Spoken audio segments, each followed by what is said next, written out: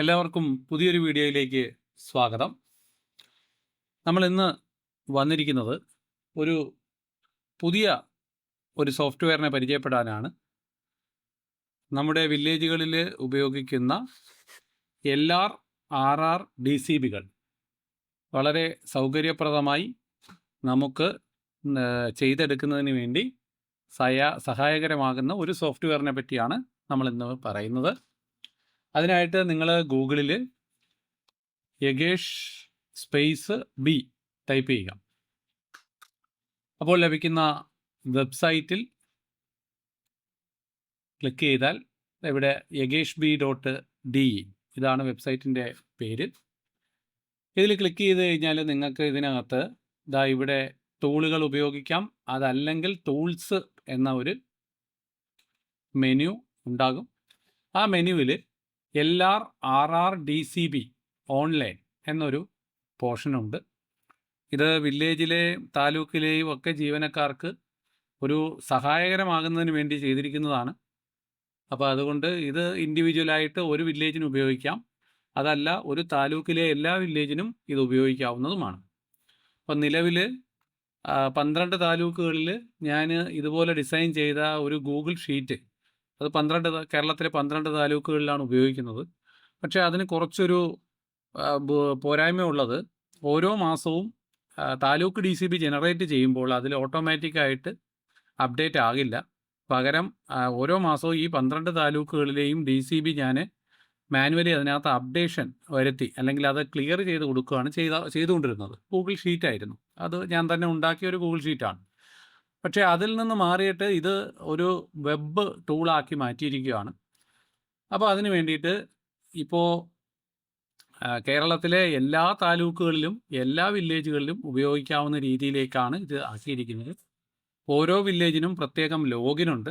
Video ശ്രദ്ധിച്ച് കാണുക, നിങ്ങൾക്കിത് വളരെ പെട്ടെന്ന് തന്നെ മനസ്സിലാക്കി എടുക്കാൻ പറ്റും. വലിയ കോംപ്ലിക്കേഷൻ ഒന്നും ഇല്ലാത്തതാണ്. അപ്പോൾ LR and RR DCB online രണ്ടിനും കൂടി ഒറ്റ ലോഗിൻ മാത്രം മതിയാവും. അപ്പോൾ ഇതാണ് ലോഗിൻ. ഇവിടെ വില്ലേജിന് ഒരു കോഡുണ്ട്. ഈ വില്ലേജിൻ്റെ കോഡ് നിങ്ങൾക്ക് ഒരുപക്ഷെ അറിയാമായിരിക്കും. LGD കോഡെന്ന് പറയും. LGD കോഡും ഒരു പാസ്വേഡുമാണ് ഉപയോഗിക്കുന്നത്. അപ്പോൾ നമ്മുടെ LGD കോഡ് അറിഞ്ഞുകൂടാ എങ്കിൽ നമുക്കിവിടെ താഴേക്ക് വരുമ്പോൾ ഫൈൻഡ് വില്ലേജ് കോഡെന്ന് പറഞ്ഞൊരു ഓപ്ഷനുണ്ട്. അവിടെ ക്ലിക്ക് ചെയ്ത് കഴിഞ്ഞാൽ നിങ്ങൾക്ക് നിങ്ങളുടെ വില്ലേജിൻ്റെ കോഡും അതിൻ്റെ പാസ്വേഡും ഏതാണെന്ന് സെലക്ട് ചെയ്യാൻ കഴിയുന്നതാണ്. ജില്ല സെലക്ട് ചെയ്യുക. ഇപ്പോൾ ഞാൻ ആലപ്പുഴ ജില്ലയിൽ അമ്പലപ്പുഴ താലൂക്കിൽ അമ്പലപ്പുഴ വെസ്റ്റ് വില്ലേജിൻ്റെ കോഡ് കണ്ടുപിടിക്കുകയാണ്. അപ്പോൾ ഇവിടെ കോഡ് എന്ന് പറയുന്നത് 913812. ഇത് ഒറ്റത്തവണ നമ്മൾ ജനറേറ്റ് ചെയ്ത് അല്ലെങ്കിൽ അത് ഫൈൻഡ് ചെയ്യേണ്ട കാര്യമേ ഉള്ളൂ. പിന്നീട് നമുക്ക് ഉപയോഗിക്കാൻ ഈ കോഡ് തന്നെയാണ് സ്ഥിരമായിട്ട് ഉപയോഗിക്കേണ്ടത്. ഇത് വർഷങ്ങൾ ഉപയോഗിക്കാൻ പറ്റുന്ന DCB ആണിത്. ഓരോ വർഷവും കഴിഞ്ഞ വർഷത്തെ ക്ലോസിംഗ് ബാലൻസ് എന്താണോ അത് ഇപ്പോൾ ഓപ്പണിംഗ് ബാലൻസ് ആയിട്ട് വരും. പക്ഷേ ഇവിടെ ഇപ്പോൾ ആദ്യത്തെ പ്രാവശ്യം നമ്മൾ ചെയ്യുമ്പോൾ കഴിഞ്ഞ വർഷം ക്ലോസിംഗ് ബാലൻസ് ഇല്ലാത്ത എല്ലാ വില്ലേജുകളും ഓപ്പണിംഗ് ബാലൻസ് നമ്മൾ മാനുവലി എൻട്രി ചെയ്ത് കൊടുക്കണം. ഇതാണ് സ്റ്റാറ്റസ്. കൃത്യമായ രീതിയിൽ വളരെ ജെനുവിനായ ഒരു DCB കള്ളത്തരങ്ങളൊന്നും ഇല്ലാതെ ഉണ്ടാക്കിയെടുക്കാം എന്നതാണ് ലക്ഷ്യം. അപ്പോൾ യൂസർ ID ഇതാണ്. പാസ്വേഡ് തൊട്ട് താഴെ എഴുതിയിട്ടുണ്ട് yageshb@2025. 2025 തുടങ്ങിയ പണിയാണ്.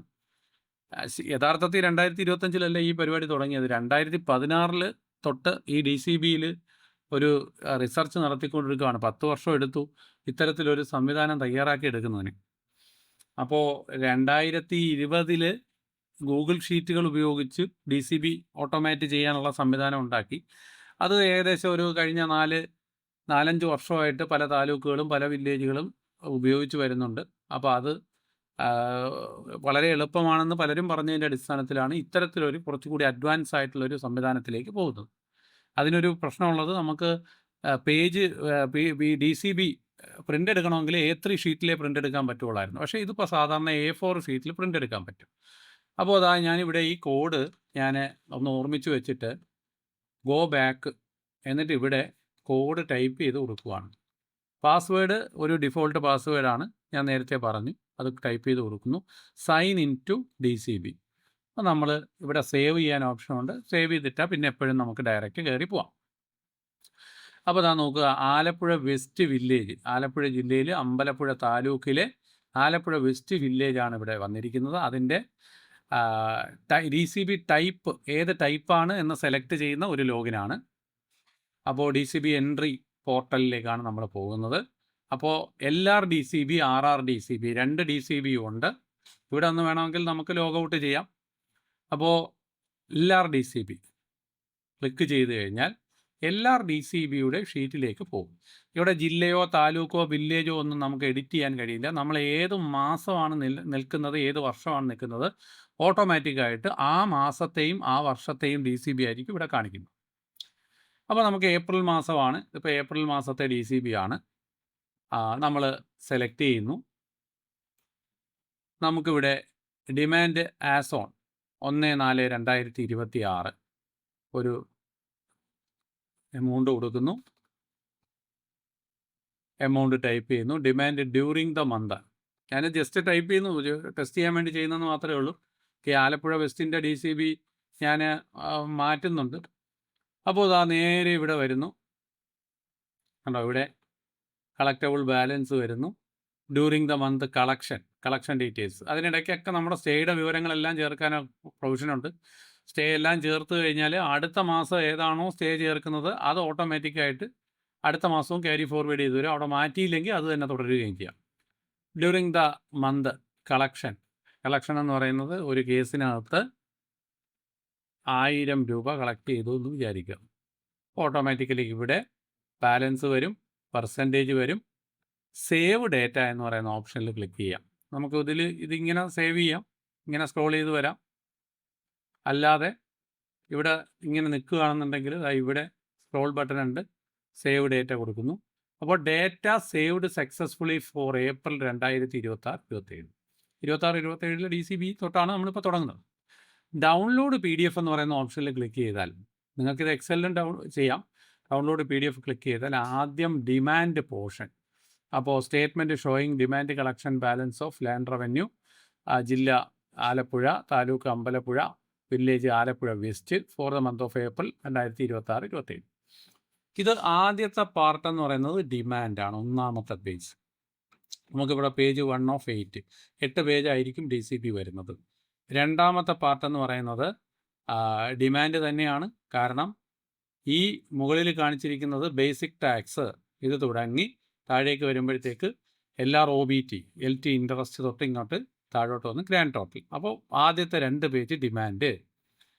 പിന്നീട് വരുന്ന മൂന്നാമത്തെ പേജും നാലാമത്തെ പേജും സ്റ്റേയുടെ വിവരങ്ങളാണ്. മൂന്നാമത്തെ പേജും നാലാമത്തെ പേജും. 5-ാമത്തെ പേജും 6-ാമത്തെ പേജും ഡിഡക്ഷൻ്റെ വിവരങ്ങളാണ്. 7-ാമത്തെ പേജും 8-ാമത്തെ പേജും കളക്ഷനും കളക്റ്റബിൾ ബാലൻസും സംബന്ധിച്ചുള്ള വിവരങ്ങൾ.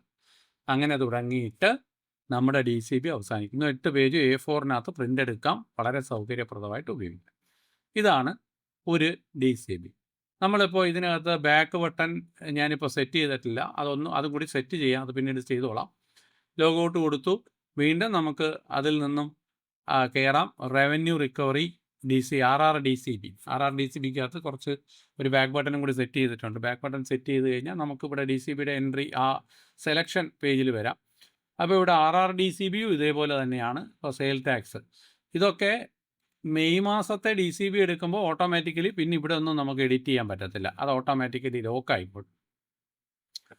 ഡിമാൻഡ് ഫ്രം 1/4/2026 അത് ഇവിടെ നോക്കുക. കണ്ടോ, ഇതിങ്ങനെ മാറ്റി പോകുന്നതിനനുസരിച്ച് ഓട്ടോമാറ്റിക്കലി മാറിക്കൊണ്ട് ഇരിക്കുന്നതാണ്. അപ്പോൾ ഇത് ഏപ്രിൽ മാസത്തെ DCB ആണ്. നമ്മൾ ഒന്നാമത്തെ ഐറ്റം ചെയ്തു. ഡിമാൻഡ് ഡ്യൂറിങ് ദ മന്ത് 10 ഇങ്ങനെ കൊടുത്തു. എനിക്കിവിടെ താഴേക്ക് വന്നിട്ട് സേവ് ഡേറ്റ കൊടുക്കാം. അപ്പോൾ ആ ഡേറ്റ സേവായി. മെയ് മാസം എടുത്തു കഴിയുമ്പോൾ ഓട്ടോമാറ്റിക്കലി നമ്മൾ ഡിമാൻഡ് ഡ്യൂറിങ് ദ മന്ത് കൊടുത്തത് ഓട്ടോമാറ്റിക്കലി ഈ ഡിമാൻഡ് ഫ്രം 1/4/2026 എന്ന് പറയുന്നതിനകത്തോട്ട് ക്യാരി ഫോർവേഡ് ചെയ്ത് വന്നിട്ടുണ്ട്. അപ്പോൾ ഇത് ബാക്കിയെല്ലാം ഇനി ലോക്കായിരിക്കും എല്ലാ മാസവും. ആദ്യം ഏതെങ്കിലും ഒരു ഡേറ്റ ഉണ്ടെങ്കിൽ ലോക്കായിരിക്കും. ചിലർ തുടങ്ങുന്നത് സെപ്റ്റംബറിൽ തൊട്ടാണ് തുടങ്ങുന്നതെങ്കിൽ ആ സെപ്റ്റംബറിൽ നമുക്ക് എൻട്രി ചെയ്ത് കൊടുക്കാനുള്ളൊരു സംവിധാനമായിട്ട് ഇതിവിടെ നിൽക്കും. ഇത് കണ്ടിന്യൂസ് ആയിട്ട് ഇങ്ങനെ എൻട്രി ചെയ്ത് പോവുക. അതിന് ജൂണിൽ എൻ്റർ ചെയ്യുമ്പോഴത്തേക്ക് ബാക്കി നേരത്തെ കൊടുത്തിരിക്കുന്ന ടോട്ടലാണ് അങ്ങോട്ട് വരേണ്ടത്. അതവിടെ ജൂണിൽ മെയ്യിൽ സേവ് ചെയ്ത് പോവുക. ഓട്ടോമാറ്റിക്കലി ക്യാരി ഫോർവേഡ് വന്നോളും. ഓരോ മാസത്തെ DCB ചെയ്ത് മാത്രമേ പോകാൻ കഴിയത്തുള്ളൂ. അപ്പോൾ ഇതാണ് DCB. അപ്പോൾ ഇതിൻ്റെ പ്രിൻ്റ് ഔട്ട് എടുക്കണമെന്നുണ്ടെങ്കിൽ ഡൗൺലോഡ് PDF കൊടുക്കുക. ഇത് മൊത്തത്തിൽ നേരത്തെ 8 പേജ് ആയിരുന്നെങ്കിൽ ഇതിവിടെ 8 പേജല്ല 4 പേജ് മാത്രമേ ഉള്ളൂ. കാരണം DCBയിലെ റോകളുടെ എണ്ണം കുറവാണ്. അതുകൊണ്ട് തന്നെ 4 പേജിലായിട്ട് ഈ DCB തീരുന്നതാണ്. അപ്പോൾ എല്ലാവർക്കും ഇത് പ്രയോജനപ്രദമാകുമെന്ന് കരുതട്ടെ. ഇത് പിന്നെ എക്സലിൽ നമുക്ക് ഡൗൺലോഡ് ചെയ്യുകയും ചെയ്യാം. അതിനാണ് ഡൗൺലോഡ് CSV എന്ന് പറഞ്ഞിട്ടൊരു ഓപ്ഷൻ വെച്ചിട്ടുണ്ട്. അപ്പോൾ എല്ലാവർക്കും ഇത് ഉപകാരപ്പെടുമെന്ന് കരുതട്ടെ. അപ്പോൾ ഈ ഒരു അറിവ് എല്ലാവരിലേക്ക് എത്തിക്കുക. ഇതിന് ശരിക്കും 2025 മുതൽ തുടങ്ങിയ ഒരു ജോലിയാണ്. ഏറെ നാൾ ഇതിനകത്ത് കുറേയധികം റിസർച്ച് നടത്തിയാണ് ഇത് ചെയ്തത്. അപ്പോൾ അതുകൊണ്ട് തന്നെ എന്തെങ്കിലും ഒരു മിസ്റ്റേക്കോ അല്ലെങ്കിൽ എന്തെങ്കിലും ഒരു തെറ്റോ ഒന്നും വരാനുള്ള സാധ്യത കാണുന്നില്ല. എങ്കിലും നിങ്ങൾക്ക് എന്തെങ്കിലും ഒരു മിസ്റ്റേക്കോ കാര്യങ്ങളോ സംഭവിച്ചാൽ മെസ്സേജ് ചെയ്യുക. അത് നമുക്ക് അന്നേരം ലൈവായിട്ട് കറക്റ്റ് ചെയ്ത് പോകാം.